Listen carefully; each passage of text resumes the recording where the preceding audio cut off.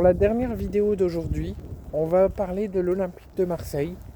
L'Olympique de Marseille qui est un petit peu dans le dur en ce moment.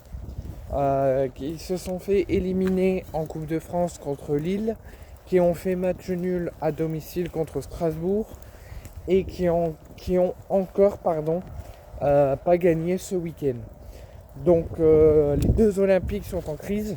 L'Olympique lyonnais est en crise, élimination contre Bourgoin, nul à Nantes et un autre mauvais résultat à domicile.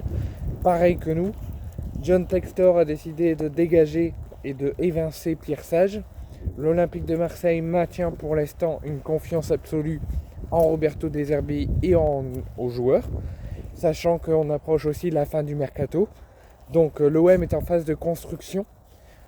En parlant du mercato, on va faire un petit point quand même, comme ça fait très longtemps qu'on n'a pas fait de point mercato depuis l'ouverture du mercato d'hiver. À savoir que l'OM a vendu Eli Wahi. À peine 6 mois après son arrivée, l'OM prouve encore que son offensivité est très moche, que son offensivité est en phase encore de travaux, est en phase de construction, parce que les joueurs offensifs, ailiers ou attaquants qui viennent à l'OM vont souvent pas très loin dans leur contrat, même s'ils signent 1 an, 2 ans, 3 ans, ils font peut-être 1 an ou 6 mois. Comme un certain Iliman Ndiaye, dont son rêve depuis tout jeune était de jouer à l'OM, il a signé pour 3 ans et au final, au bout de 6 mois, il s'en va. Je pense aussi à Alexis Sanchez, à Cédric Bakambu, à tant d'autres qui ont été promis un grand avenir à l'OM, qui ont promis d'aider offensivement l'OM et d'aider le projet de l'OM, et qu'au final, la direction les a maltraités et les a dégagés. L'OM actuellement serait sur Amin Gouiri, l'Algérien, l'attaquant de Rennes. Qu'est-ce que j'en pense ? C'est que c'est un joueur talentueux, un joueur d'une grande importance sur le terrain, qui peut vraiment faire du bien en attaque. Mais je pense que c'est peut-être pas le bon joueur qu'on devrait se pencher. Je pense qu'on devrait se pencher plus avec un joueur calibré pour le projet de l'OM, un joueur qui correspond au projet de De Zerbi. Il y a un joueur qui est sûr d'être là, cette fois-ci pas pour une courte durée, mais pour une longue durée.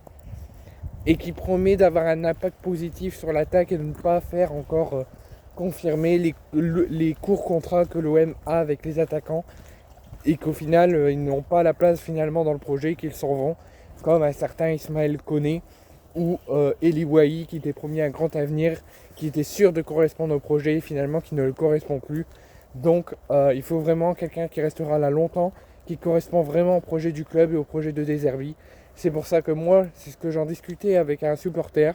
J'ai dit l'OM, quand ils ont dégagé Jean-Louis Gasset et qu'ils ont fait venir Roberto De Zerbi, le mercato a démarré ensuite, ils auraient dû attendre et discuter avec De Zerbi. Quel est le projet qu'il veut, quel joueur il veut qu'on vend, quel joueur on veut qui achète.